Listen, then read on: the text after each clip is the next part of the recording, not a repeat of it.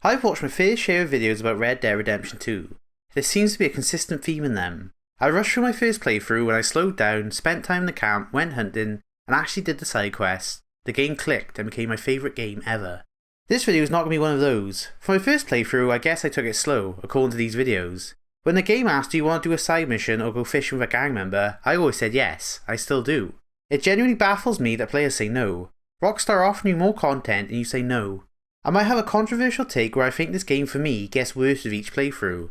Put the pitchforks down, I'm not saying this is actually a bad game, it is still a masterpiece all these years later. I've just noticed more flaws than before, and not the typical is too realistic. So join me as we explore RDR2, the greatest game ever made, according to YouTube. Released in 2018 and is a prequel to the first game, the hype was unreal. Could Rockstar pull it off again and top the already goated first game? Objectively, yes. It's bigger, prettier, more refined and full of new ideas. Subjectively, there is a conversation to be had that RDR1 is better. It does feel sort of unfair to compare the two. Yes, they are both open world westerns, but they are trying to accomplish very different things. One is trying to give you the cowboy fantasy, and the other is giving you a cowboy simulator. You play as Arthur Morgan as we witness the fall of the Van der Linde gang. The gang's on the run with the Pinkertons breathing down their necks. Dutch, the leader, says he has a plan, just needs some more money before they can escape the law for good. It was such a good idea to show the gang we heard so much about in RDR1. We know this isn't going to work out and we are waiting for the inevitable to happen. The story is great, it manages to juggle so many fleshed out complex characters. It is incredibly well written, loads of banger lines and some of the best performances in gaming. It is a lot less focused than the first game. In that game you knew that everything John was doing was to eventually get his family back. In 2 there isn't really a goal for a lot of the game, get more money is the driving factor. It's more of a story where you live with the characters, listen to their dialogue and not really move the plot forward. At least in the way the first game did. Like I know there's a lot more to it, but chapters 1 through 4, the plot is at a standstill. Again, this isn't bad, I enjoy it. I guess RDR1 feels more like a film and 2 feels more like a show, where the overarching plot gets slowly fed to you. The game has similar themes to the first, where the Wild West is coming to an end. This doesn't land as much as in the first game, as that took place right at the end of the West, whereas this takes place over a decade before. The theme still works here but is not as strong. One of this game's biggest themes is loyalty. They nailed it. Loyalty will be brought up a lot. How loyal should you be? Can loyalty be abused? Arthur is loyal to a fault. Speaking of Arthur, he might be one of the greatest protagonists in gaming. Brilliantly performed by Roger Clark, he will make you forget that Arthur isn't a good man, at least at the start. Like the game somehow manages to convince us that the guy who gives out loans is worse than the stone cold killer and thief. Arthur is the gang's enforcer. He is the one they will send to get things done. He is tough, funny, charming, thoughtful and complex. The reason he is one of Rockstar's strongest protagonists is because of the arc he goes on. He is so loyal to Dutch and the gang. To watch him slowly come to terms with the truth about Dutch and the gang's time being up is gripping and heartbreaking. I think it's because you are right there with him. I played the first game and I still got caught up in believing in Dutch. He might be even more complex than Arthur. To watch him go from the charismatic leader who can do no wrong to becoming a pale imitation of himself who is easily manipulated by a goddamn rat is fascinating. You'll be questioning him just like Arthur does. Was he always like this? Why is he not listening to his closest friends? Did he ever have a plan? I'm now going to go through the game chapter by chapter.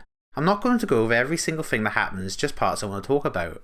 I'll talk about gameplay and mechanics as they come up. I'll dive into some of the characters as well. Spoilers as we go.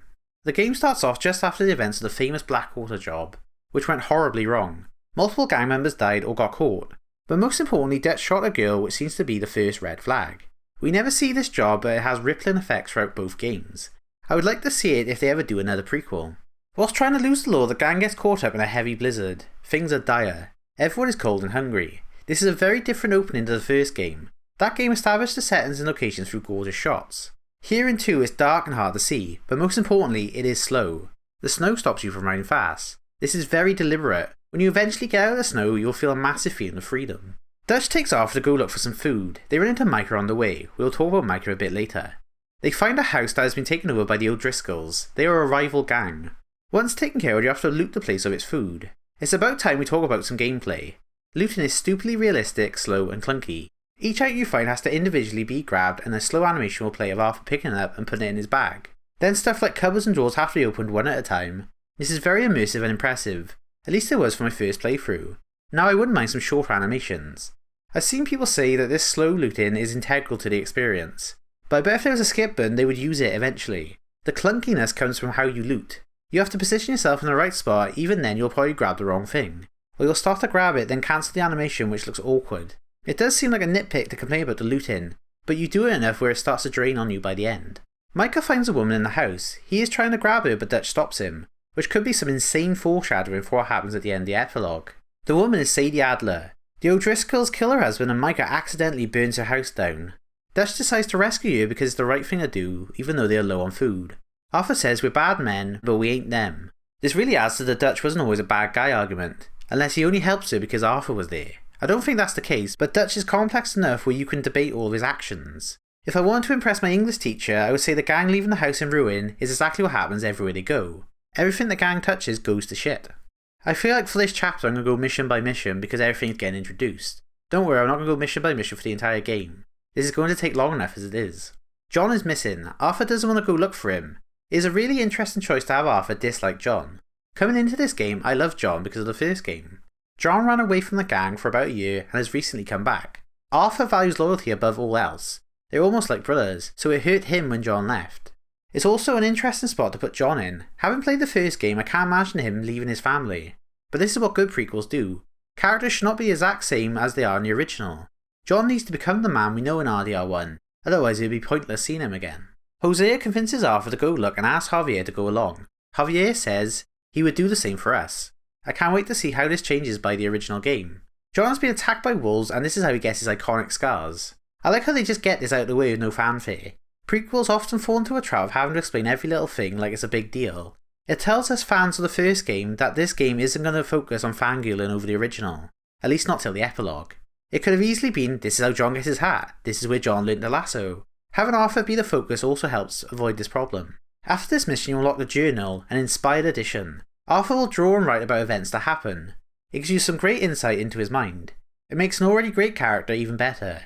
He is also a fantastic artist. We're all cowboys so good at arts and craft. This is another point that gets brought up in those videos. I never opened the journal. Like how it pops up every time you write something. How do you not once have a look? Looking back at these scenes there is so much foreshadowing. Arthur says, "You always said revenge is a luxury we can't afford," to Dutch just to show how much he has changed. After fighting some O'Driscolls, Arthur manages to capture one named Kieran. He will be important for later, but not really. The gang needs food so Charles teaches Arthur to hunt. Hunting is way more in depth than in RDR1. Animals have rarity, you have to follow tracks, hit the animals in the right spot for a clean kill. You also have to use the right weapon with the right ammo type. If you don't do this stuff you won't get a perfect pelt when you skin them. It is an improvement over the first, but I still like the originals for its simplicity. Hunting was not the focus of that game. Here it could be a big focus for you, so many different wildlife to hunt and skin. It is a really good hunting simulator, and it's just a side thing here. I really enjoyed hunting all the legendary animals, even though they're not as fun to hunt as normal animals. Every legendary hunt goes the same. You follow a trail, find 3 clues, then the animal appears to jump you. I always bring a fast shotgun because you'll get a perfect pelt no matter what. Which is disappointing, as I was expecting the legendary animals to be the ultimate test for your skills. Instead they're the easiest animals to hunt. The actual skin is a bit like the looting. The animations are long, detailed and immersive. Watching Arthur grip a rabbit by its asshole and rip all the skin off in one go is weirdly satisfying to watch. I don't mind these compared to the looting as you won't see them as much. This isn't even the end of it. If it's a big animal you have to put the skin on the back of your horse to transport it. Same if you take the carcass. The only thing that annoys me about this system is how far you need to transport the stuff. You'll be delivering stuff to the camp or trappers. The camp is going to be in one place for story reasons, that's fine. Why in God's name is there only 4 trapper locations? If you're hunting a game in the mountains you have to travel so far just to sell it. Would it have hurt to put 2 more trappers towards the north? Dutch wants to rob a train, the first of many. This is also the start of Dutch's bad decision making. Dutch wants to use explosives to stop the train but Bill messes up. It could be Arthur's fault because he did the spooling, but everyone blames Bill. They do manage to rob the train. It's owned by a man called Leviticus Cornwall, a rich and powerful man that should not have been messed with. Now that the snow has died down, it's time to leave the mountains. Dutch tells Arthur to ride with Hosea as they like to talk about what's gone wrong with old Dutch. The seeds of doubt have already been planted. This isn't the first time Dutch has brought up them not trusting him. To be fair, Arthur and Hosea were both right, they should have laid low and not robbed the train. This shows people were doubting Dutch before the start of the game. After a short ride we end up at Horseshoe Overlook, where the game opens up. This is where all the gang systems get introduced. I thought this was awesome when I first played the game. Now I find it underwhelming. All the gang members will hang out here and get into conversations with each other. My YouTube shorts are filled with loads of interactions I missed. They're interesting, well performed and insightful for understanding the characters. My issue with this is you're not going to see 95% of these. It is cool to have missable stuff, but it feels like a lot of this stuff is important for understanding the gang. There are so many members and they do not get equal screen time. Tilly asked me for a necklace in chapter 3 and I actually went, who the fuck are you? Like, I forget most of the women are here. I would like to have chats with them, but you can't trigger them, you have to stand around and wait. If you do this, a member will hassle you saying to get out here and find some money. You can try to start conversations with people, but they suck. Every conversation Arthur has goes the same. Hey, you okay? I'm fine. Well, I'll leave you to it. Like, what's the point? I tried to talk to Javier. Arthur said, it must be hard so far away from home. Javier says, not really. That's the end of the conversation. What riveting stuff. What I would prefer is you can choose what to talk about instead of greet or antagonise. Like, give us 2 options we can ask about. A big issue for me this time around was how little the gang members are in missions. Like, take Sean for example. Before what happens to him in chapter 3, he's only in like 3 missions. One where you save him, one where you rob a train, and one where you burn the fields. Or an optional one where you can rob a house. Like, for me his ending fell flat this time around because I didn't really know him. When I tried talking to him in the camp, we just say hey to each other. I just wish he was in more missions, or you could hang out with members like in GTA and go drinking or something. Then there would be more of a chance to understand his character. Like, what can you actually tell me about him besides he's Irish? Another issue connected to this is the gang has too many members. I'd rather have a few who are relevant to the story than loads who don't add too much. Like Karen, what do you actually remember about her other than she's a drunk who helps you rob a bank? Or Miss Grimshaw, she runs the camp, and what else? I'm not saying these are bad characters, quite the opposite. It's impressive that I can remember all these names and what they do, besides Tilly. And I bet you can too. The fact there are so many who aren't super important takes away from the characters I want to see more of. Like Bill and Javier. They get the shaft here. All returning characters from RDR1 get fleshed out, besides these 2. When they are the ones who needed it the most. Javier gets 1 scene in the first game, so he should have had more of a focus here. Like, can you honestly tell me why he's so loyal to Dutch, or why John hates him in the original? What I learned about him in this game is he likes fishing. For Bill, I learned he's gay. I feel like originally they would have played the Micah role before they actually started making this game. I can't help but feel like it's a missed opportunity of these 2. They are good here but underdeveloped, at least in building to the first game. Back to the camp stuff, the requests are pointless. Members will ask for items you can find in the world, like Sadie wants a harmonica. I did some on my first playthrough, but never again after that. They will leave rewards at your tent, but it's mostly crap like a candy bar or gun oil, stuff you definitely already have. This is the same with the camp upgrades. Pearson the Cook will request perfect pelts to upgrade the camp, but you don't actually get anything from it. It's minor cosmetic upgrades.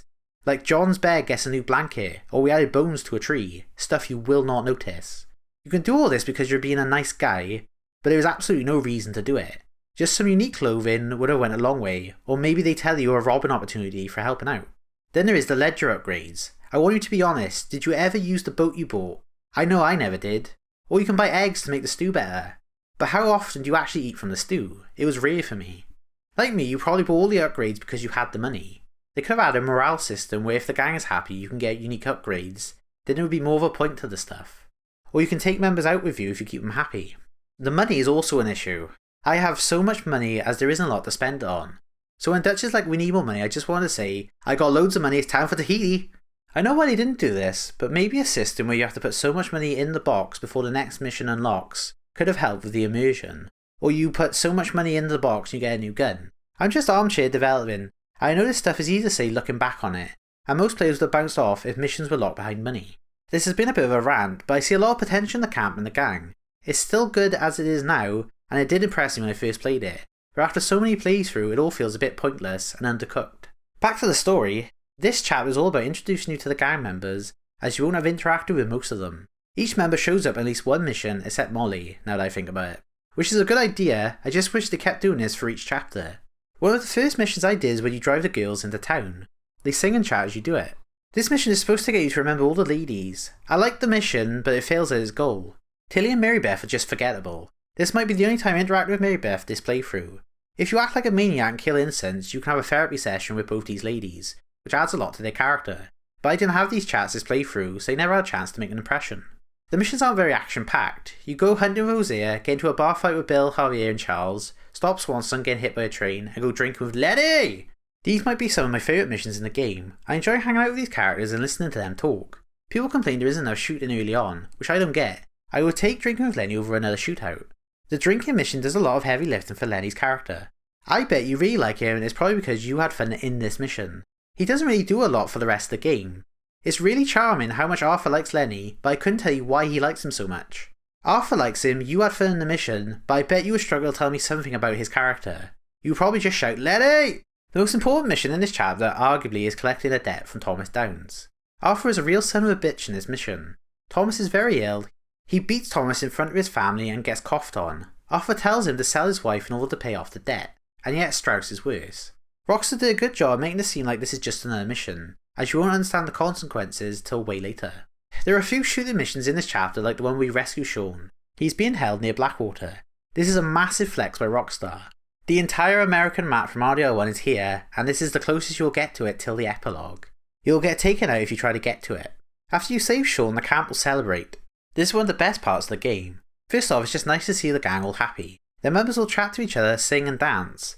Arthur can actually interact with them as well instead of just saying hi. I got Arthur to dance with Mary Beth, and members told interesting stories. This small section really helps the gang feel like an actual family. This is what Arthur is fighting for. I wish there were more moments like this throughout the game, but maybe it would make this feel less special. The most memorable shooting mission has to be the one in Strawberry. Arthur springs Micah from jail. They then go on to kill so many people, all so Micah can get his guns back. It's obviously here to show you how much of a nutcase Micah is. If he acts like this, how have the gang not been caught yet? I suppose now is a good time to talk about the gunplay. It feels noticeably weighty compared to the first game. It is still fun, but it takes a bit more getting used to. This is because of the realism. Now you actually have to cock the gun between shots. This is done by pressing the fire button. It's a simple chain but does change the feel of combat. There would be times where I'd line up a headshot, but forgot to cock the gun, leading to me missing. You also have to wait a few seconds before you are 100% accurate. Both these changes make the combat feel slower and more deliberate than the first game. It does feel badass to cock the gun before blowing someone's head off, but I think I prefer the first games. It feels more satisfying to me overall. The gun sounds are all fantastic though. Deadeye makes a return and is basically the same. Still great to use, but they've tweaked one thing that bugs me. When you line up a bunch of shots in the original, the camera would jump between targets, which felt and looked awesome. Here the camera doesn't follow the shots and it just doesn't feel as good. The AI enemies doesn't seem like it's been improved much. They don't try to flank you or try different techniques. They stay behind cover and pop their heads out like in the first game. Abigail asks Arthur to take Jack fishing. I really like this mission. Jack is super cute and Arthur is great with him. Jack isn't too interested in fishing, just like he wasn't interested in hunting in the first game. Both Joe and Arthur try to bond with Jack in ways Jack doesn't care for. It's quite sad looking back on it.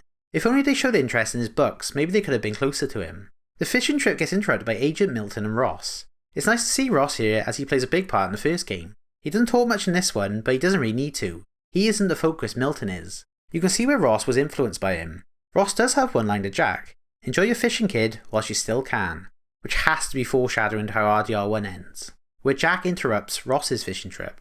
Milton seems very honest and shockingly fair, maybe to a stupid degree. He offers Arthur his freedom for Dutch. This is going to be a nitpick, but I feel like Milton should have caught the gang. He clearly knows where the gang is multiple times throughout the game, and doesn't go get them.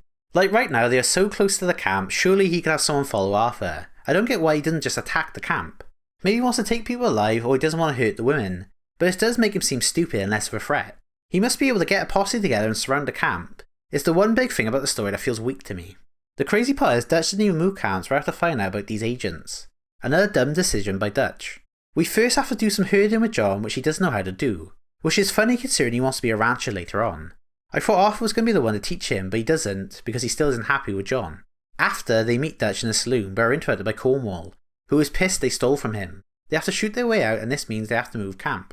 On the way to the new camp, Arthur says, ain't no way Dutch is going to hide in a cave somewhere, which is exactly what he does in chapter 6. It shows how much Dutch will change by the end. We are now in chapter 2. God, this is going to be a long video. Now will be a good time to talk about the realism. It seems like you either love it or hate it. I mostly like it. Stuff like hair growing over time is a great addition, but I think they could have went further with it. One of the main annoyances is leaving long guns on your horse. It is set up early on you need to equip rifles and shotguns before you leave your horse, or you will be stuck with your pistols. Characters will remind you to do this. I'm totally fine with this. It's immersive and rewards planning. The thing that annoys me is that they changed the rules for convenience sake. If you are on a mission with lots of shooting, the game will automatically put the long guns on your back. If you need a sniper, it'll put a sniper on your back. If you need to be sneaky, they'll give you a bow. If it's supposed to be realistic, why do this? They shouldn't just pick and choose when the game is realistic after it's been established. I wish the game didn't do this. I would rather be punished for not bringing the right weapons for the job, and have to adapt to the situation. Like imagine it's a sneaking mission but you forgot your bow. You would have to change out your playstyle and go in for takedowns. It can ruin the surprise sometimes as well. You know there is going to be combat when the game does this. Also, you know what type of combat is coming out, because on the ride over, they will normally talk about it. Characters will say we need to be quiet, or you'll need to cover us. This is enough of a hint of what weapons to bring. It's a criticism of Rockstar's design. They need you to play the missions as they're intended, so you not bringing a bow will ruin it for them. The other realistic thing they add is being able to eat.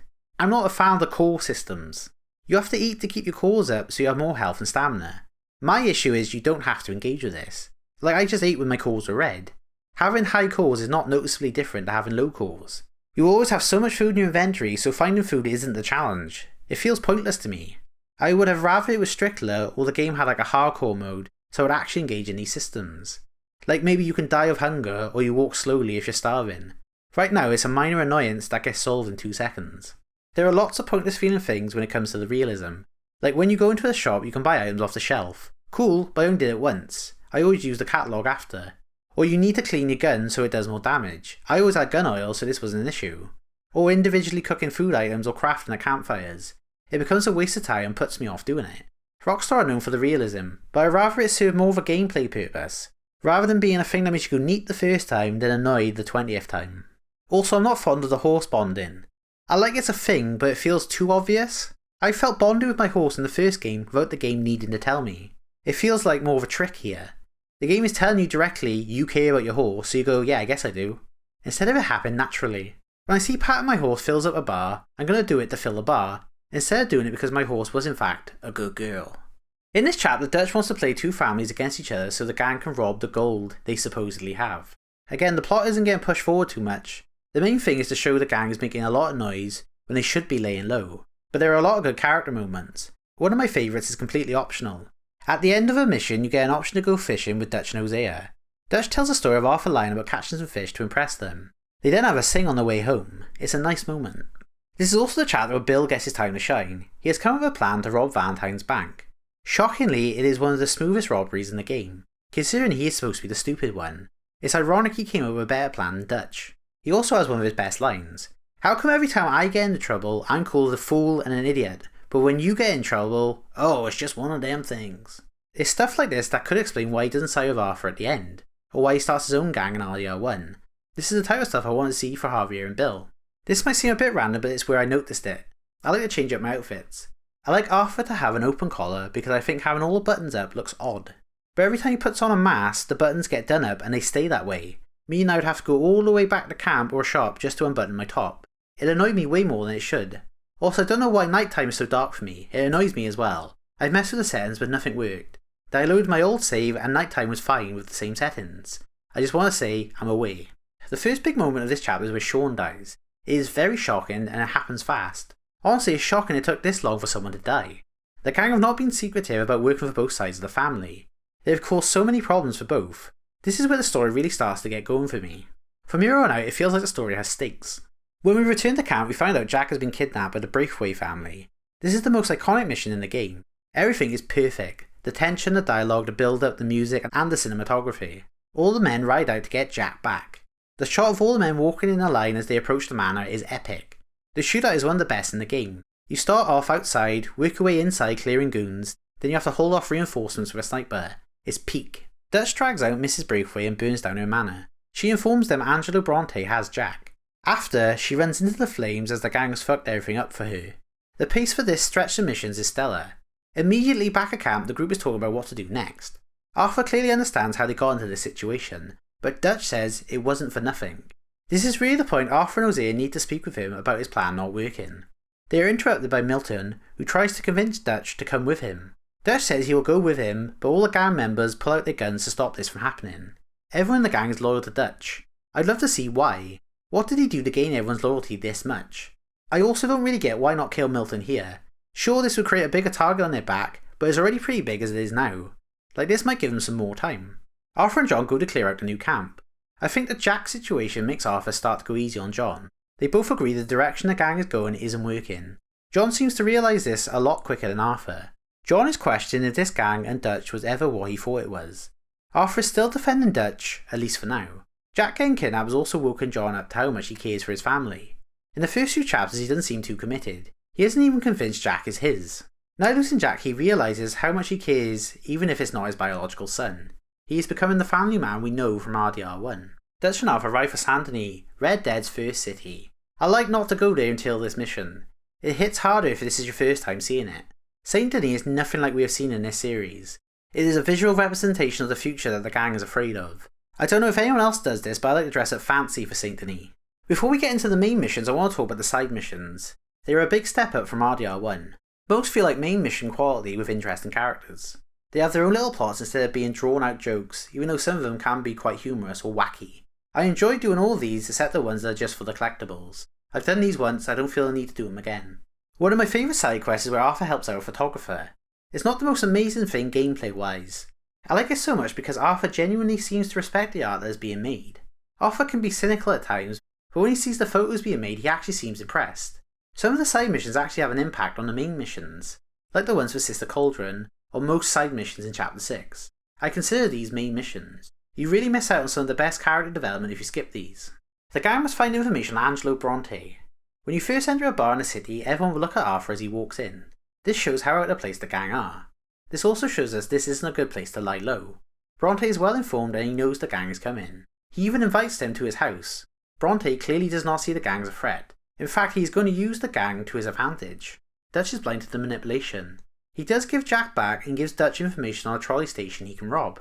While in the city, Arthur can help Mary, his ex. Things didn't work out between them. Her dad hated Arthur because he is an outlaw, and Arthur is too loyal to the gang to ever run off with Mary. I like Mary's inclusion. It shows a different side to Arthur. It also points out that Arthur's fate is his own fault. The best option for him would have been running away a long time ago. Mary still wants this for them, but Arthur just can't do it. You do get a chance to take her on one last date. I always do it so they have one last happy moment together. She eventually gives Arthur his ring back. Back at the camp, Dutch and Arthur are talking about robbing the trolley station. Arthur wants to bring Lenny along. Dutch says, "Not Micah?" Why would he say Micah? Dutch, you know he doesn't like the man. This is something I wish they expanded on more. Why does Dutch trust Micah so much? We know he strokes Dutch's ego, but there must be more to it than that. We don't really see anything else. This chat is interrupted by Kieran riding into camp except he has been decapitated. Similar to Sean, this death is surprising, but I still didn't feel anything. Kieran has barely been in the story. The only time he's on a mission is when you go fishing with him, and that's optional. I wish the game made me care more about the characters they kill off. The gang also doesn't have much of a reaction to this death either. Afterwards they do try to rob the trolley station, but there's basically no money and the cops show up right away. Bronte set them up. This leads to an epic shootout where you're hanging on the back of a trolley. The trolley does crash and this leads to a theory that this is what causes Dutch to turn evil. He bumps his head during the crash. After this he continues to make bad decision after bad decision. A fun theory, but it's not true. Dutch has been making poor choices since before the start of the game. Dutch doesn't change, he has always been like this. Rockstar does highlight this head bump in the dialogue, so maybe it is important. Dutch wants to take out Bronte. Hosea is against this, but Dutch won't be swayed. He says this is what's best for the gang, but it's clearly just revenge. Something Dutch taught John and Arthur to be against. Arthur tries to break through to him, but he can't convince him. You have to help a guy with a boat defend himself from a giant crocodile. It's not vital to the plot, but I really like the mission. It makes me wish Rockstar made a straight up horror game. The use of lighting and setting really amplifies the horror. Being stuck in shoulder-high water whilst being stalked by a croc is seriously tense. After we help this guy, he will row us to Bronte's mansion. The gang manages to capture Bronte. Dutch gets worked up and drowns Bronte in the river and feeds him to the crocodiles. This is very important for Arthur and John to witness. John says, "What part of your philosophy books cover feeding a fella to a goddamn alligator? It was so unnecessary to kill him in this way. It goes against the gang's code. At least that's what John thinks." Now it's time to rob the bank, the last job before they can run away to Tahiti. At least that's what Dutch says. John on the way over airs his concerns about the plan, which Dutch does not appreciate. John by this point has almost lost complete faith in Dutch. The robbery, guess what, doesn't go as planned. Milton has captured Hosea and is holding him hostage outside the bank. Milton shoots an unarmed Hosea in front of everybody. This is the first death I felt something for. Hosea has been in enough missions and interacted with Arthur enough for this death to be impactful, unlike Sean and Kieran. This leads to a big shootout as the gang tries to escape. John gets arrested and Lenny gets shot right in front of you. There isn't time for Arthur to mourn. To escape the law, the gang decides to hide on a boat. This also doesn't go as planned as the ship wrecks on the island of Guarma, the most underwhelming chapter of the game. I don't hate this chapter, but it feels out of place. Why go for the effort of making this new area when we spend less than an hour in it? For the story, the setup is already there. The members that get stranded on Guarma are all the people that side with Dutch at the end of the game, besides Arthur. This could have been the chapter that shows why. Like maybe they all bonded so much, or they only escaped because of Dutch, that's why they're so loyal to him. When the gang gets back, it doesn't feel like this diversion had an impact. It feels like filler. They just needed a time jump to happen. The chapter only has one mission that feels important and has some of my favourite dialogue. Arthur and Dutch must rescue Javier. Arthur is really doubting Dutch now. Dutch wants to return to St. Denis even though the law will be looking for him there. Arthur says, "An insect bite you or something? 'Cause you gone, friend." Chapter 1 Arthur would never said something so bold to Dutch. He continues to openly doubt Dutch for the rest of the mission. Dutch hires an old woman as a guide. After she leads them to the ladder, Dutch strangles her. She does pull out a knife first though. This is done so you could argue with self-defense, but it clearly wasn't. Dutch says she was going to betray us because he speaks some Spanish. Arthur points out that you keep killing folk, Dutch. This is an important moment for Arthur. He no longer trusts Dutch. There is no way he can justify Dutch killing that old lady. He even gives Dutch a chance to explain himself. Arthur asks how did he know she was going to betray them. Dutch replies it was in her eyes, but he just said he knew Spanish. Arthur says, "You're going to strangle me next?" Arthur has clearly had enough of Dutch's lies. Dutch doesn't even say no, he could actually be thinking about it. This is honestly the best part of Guarma. After a bunch of shootouts on the island, the gang returns home. Yes, already. The reunion is cut short as the Pinkertons ambush the camp. They fail again. Let's attack the camp that has lots of cover instead of the camp that was in an open field. It really makes Milton feel stupid. Arthur forces Dutch to focus on moving the gang somewhere safe. Dutch seems more concerned about getting revenge on Cornwall. Arthur seems to get through to Dutch a bit here. Dutch says he reminds him of Hosea. He almost tells Arthur he doesn't have a plan, but he cuts himself off, and that he needs to go see Micah. Dutch could feel himself slipping into the light but stops himself. He can't get out of his own way. Micah will bring him back to the dark. It's almost like Dutch knows this. Like he was doubting himself, which Dutch can't allow. Dutch sends Arthur to find a new camp spot. This leads to one of my favourite moments with Charles. Arthur asks Charles to ride with him. Charles says yes without thinking. Arthur tells him where they're going and Charles says, "That's Murphy Brew country." And Arthur says, "That's why I'm asking you to ride with me." Charles then grabs some more weapons. He is a solid brother. I already spoke about Charles yet. He's one of the better gang members. He gets a lot of screen time throughout the game, especially more towards the end. He is a good man overall and does what he can to help others. He hasn't been with the gang too long, so he offers an outsider's perspective for Arthur. He seems to just want to do the right thing and bonds with Arthur over this. The gang gets set up at the new spot. Molly comes in the camp drunk and shouting in front of everyone. She says she is the one who told Milton about the bank robbery. She is clearly just drunk and wants attention. Arthur tells Dutch to let her go. We don't get to find out if he would have or not, because Miss Grimshaw shoots her. She knew the rules. This death should have hit harder. If you go out of your way to check on Molly in each chapter, you will slowly see her and Dutch's relationship go off a cliff. Dutch ignores her and some of the ladies like Karen treat her like shit. Molly then starts to talk to herself and acts a bit crazy. She is a super depressing character, which most people will miss because she barely shows up in the missions. Another death that feels shocking but underwhelming. A sad start to the saddest chapter. You can no longer donate to the camp's box because nobody cares anymore. There is a feeling in the air that this is all coming to an end soon. Dutch's bed is next to a cave, which is a callback to that dialogue earlier. Arthur and John's beds are also far away from Dutch compared to the early chapters. This shows how far apart they have become. If you try to chat with Bill and Javier, they will be distant with you. This seems a bit strange. I get they need to side with Dutch, but why are they hating on Arthur? Now would be a good time to talk about the open world before we get into the final few missions. It's crazy I haven't talked about it sooner. It is one of the most immersive open worlds ever made. First, it is still jaw-dropping all these years later. There are lots of times where you just have to stop and take in the views. It all feels real. The world's a lot of fun to explore. There are lots of unique locations on the map that Arthur will draw in his journal. He'll also draw it on the map, which is a nice touch. Most buildings you will find can be entered or robbed. The only real downside, there isn't too much to collect or rob. The only unique things you'll find are weapons or hats, which you don't really need more of. This system works if you don't actually explore a lot. If you randomly go off and find a unique hatchet, you'll think this game is awesome, there must be so much out there to find. But if you go exploring everywhere, you'll soon realise there isn't a lot of things to find. Exploration is its own reward, which is fine for the first few playthroughs. Now I don't really bother too much as I've seen it all before. The best thing to find in the open world for me are the unique events.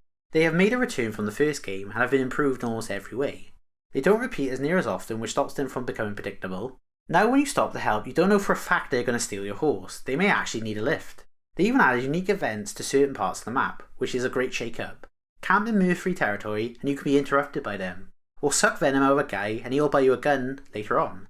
Or get invited inside a cabin, get spiked, and then the game suggests you get sexually assaulted. You don't know what fun stuff is going to happen in the Wild West. These events really help flesh out the world and are a joy to find. Besides the rape one, that one makes me feel weird. Now back to the story. Whilst riding to the next mission in Saint Denis, Arthur will begin a coughing fit and fall to the floor.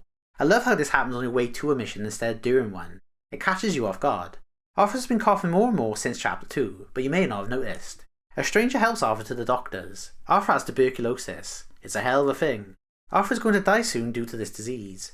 We kinda knew he had to die in this game. He isn't in the first game after all, but still giving TB was unexpected and adds weight to the whole chapter. It was a bold move that pays off, at least in the story. It does affect gameplay but is hardly noticeable. Your stamina is less and you can't eat as much. I would like some harsher penalties to make it feel like I'm actually dying. The sickness is a shock to Arthur's system. It puts everything into perspective for him and he knows he has to act fast. This is where his redemption truly starts. It does pose the question, what if he never got sick? Would Arthur actually try to redeem himself? I think he would help John and the gang for sure, but trying to help Mrs. Dowds and the people in debt, I'm not too sure he would.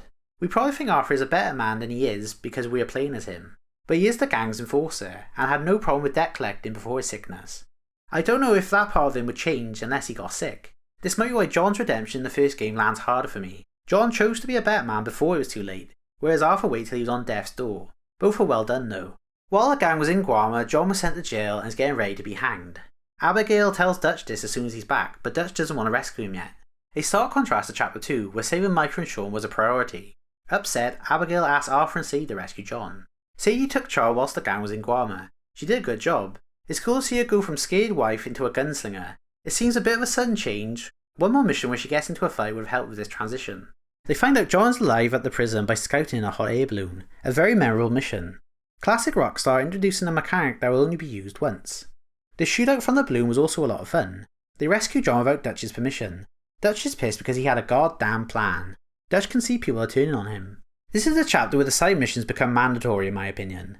The ending lands so much harder if you do these. Arthur can do one last round of debt collecting for Strauss, but this time you can call off the debts because Arthur has realised how wrong it is, or because this is how he got sick in the first place. He will eventually kick Strauss out of the camp. You can also help a widowed learn to survive in the woods and make friends with a war veteran.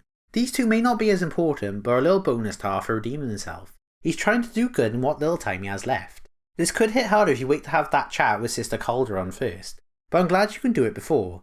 It makes it so it's Arthur's choice to change, and not only because of what the sister said. Most importantly, you can help Thomas Downs' family.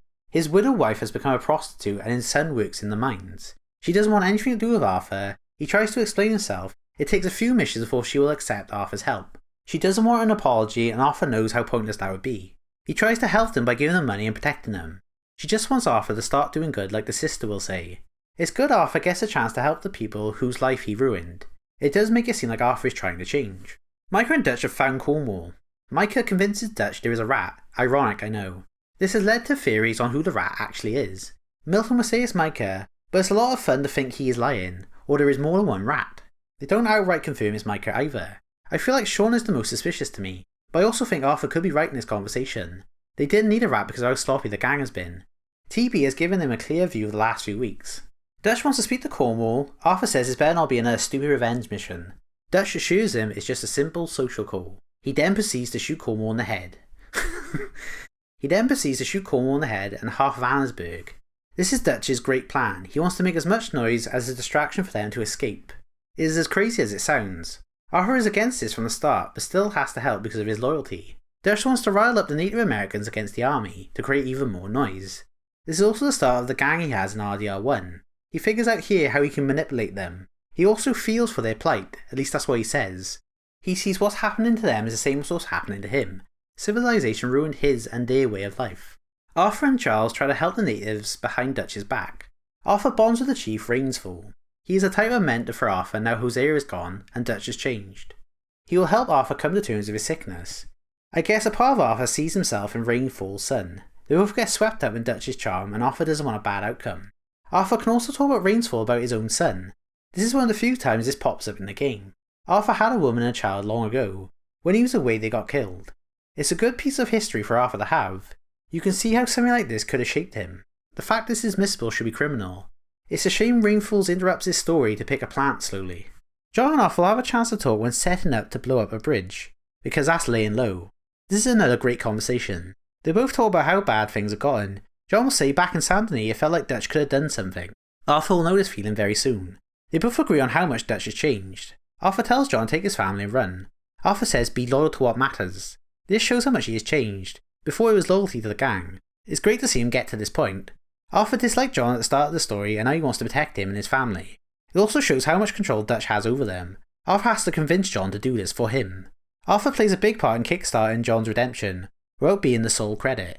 Expertly handled by Rockstar. Whilst trying to help Rain Falls, Arthur will run into Sister Cauldron one last time. You can talk to her a few times before. These chats are vital in Arthur's redemption.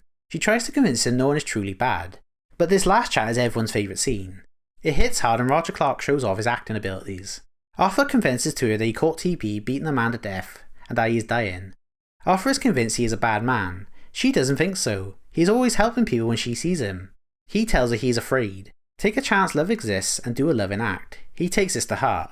She really helps him come to terms with dying. The way he says I'm afraid is a gut punch every time. The war between the army and the natives has gotten so much worse because of Dutch. His plan is really stupid because they almost get caught by the army. Dutch repeats his speech from the end of the first game before jumping off a cliff. So even his last words were planned. It shows much how of a fake person he truly is. Surely the army has noticed a bunch of white dudes are helping the natives. How does this draw attention away from you, Dutch? This culminates on the assault on an oil field. Rainsfall is completely against this. He asks Arthur to protect his son. This is how Dutch finds out and is pissed about it. Every capable gang member rides to the oil field. There is a sick bit where they all ride in, guns blazing, the camera pulls out and the music kicks in. Whilst inside, Arthur gets caught off guard and is about to get stabbed. He screams for Dutch's help, but you can only see his feet turn and run away. He could have helped here but chose not to, just like he did with John. Now it's time for the famous train mission John talked about in the first game. Beforehand, Arthur tries to get Dutch to let the women go and for John to be able to leave with his family. Arthur insists. This strikes a nerve with Dutch. He cannot believe what he's hearing. Arthur has lost faith in Dutch and he knows it. He also knows John has too. Hearing Arthur insist on helping John feels like a betrayal. Arthur doesn't back down from this. Dutch says, "Of course, pal," in the most unconvincing way. He then on the mission leaves John behind. We don't see what happens, but John gets shot off the train and Dutch says he couldn't save him. Arthur doesn't even say anything, the look on his face says it all. This leads directly into the last mission. You know it's going to be a banger when the title of the mission is the same as the game. Whilst they were robbing the train, Milton takes Abigail. Dutch and Micah don't want to rescue her. You can hear the pain in Arthur's voice when he shouts Dutch. He can't believe how far Dutch has fallen. Sadie is the only one who will ride with Arthur. He has one last moment with Jack and Tilly before heading off. After a great shootout where you have to protect Sadie, Arthur makes it to Abigail. Milton is there who confirms Molly never talked and Micah has been the rat since Guarma. Abigail manages to break free and shoot Milton. I wish we were the ones to do it, it makes him feel underwhelming as it is now. After getting Abigail to safety, Arthur tells Abigail what happened to John. She tells Arthur where the money is kept. He then sends them off as Arthur needs to finish things. Arthur has one last ride against the setting sun. A sad song plays as Arthur hears quotes from the game. It helps put things into perspective. Arthur arrives at an almost deserted camp. He tells everyone that Micah is the rat. This leads to a standoff. Before Dutch can speak, John shows up shouting Dutch left him. Miss Grimshaw joins Arthur but is shot by Micah and no one seems to care. It feels odd. She is screaming in agony as Dutch is doing a speech. It feels like someone should have said something. I know I didn't care about Miss Grimshaw, but they did. John stands next to Arthur. Bill and Javier stand with Dutch and Micah. They are interrupted by the Pinkertons. This is the last time we'll see Bill and Javier. This doesn't add up to what John says in RDR1. He says they betrayed him when they sided with Dutch. That's not what I'm getting from this scene. They don't even say anything. I wish we saw them and John being close during the game so this worked a bit better. John and Arthur manage to escape to the trees. Arthur tells John where Abigail is. Your horse dies as you're escaping, which meant a lot to me as this is the only horse I have for the whole game. Same for my first playthrough as well. You can choose to help John or go back for the money. The correct answer is helping John. Going back for the money feels so against Arthur's character when you're playing high honour. Plus John is my man. The sickness catches up with Arthur. He gives John a satchel and hat. He knows he won't make it. He wants his last act to be helping his brother. Arthur manages to hold off the law but gets jumped by Micah. Arthur doesn't stand a chance in his condition. You fight for what feels like way too long, but Arthur loses. Whilst on the floor, Arthur tries to crawl through a gun but is stopped by Dutch. Arthur with a broken, wheezy voice tries to plead with Dutch one last time. Micah is the rat but still Dutch does nothing. Arthur says, I gave you all I had. This seems to have hit with Dutch. Maybe he is realising he betrayed Arthur, or thinking back how bad things have gotten and how he messed up everything. He does seem a lot more broken in RDR1. Maybe he couldn't handle the guilt he had for Arthur, or the rest of the gang. He does walk away from Micah. Maybe he finally realised he was the rat. Arthur dies alone looking at the rising sun. Another rare dead, another sad ending. This hits differently to John's death. It's obviously less shocking because we know it's coming. If you played the first game, you more than likely saw this coming the moment you found out this game was a prequel. Arthur, at least when I played as him, was a good man, who tried to change a little too late. It is a shame that he couldn't really change until he found out about his sickness. I suppose that's what makes it tragic. It might not be fair to compare them, but I still think John's death hits harder for me. John tried to change before it was too late. He tried to do the right thing and still it wasn't enough. It also helps he had a family that cries over him, and his death also signals the end of the Wild West. I can see the case for our ending, to be honest. It's crazy how Rockstar managed to catch lightning in the bottle twice. I heard somewhere that honour affects Arthur's ending because he had a choice in his outcome, whereas John is going to be taken out, and nothing he could have done was going to change that. Both endings are sad. The ending of 2 helps the ending of 1 become even sadder.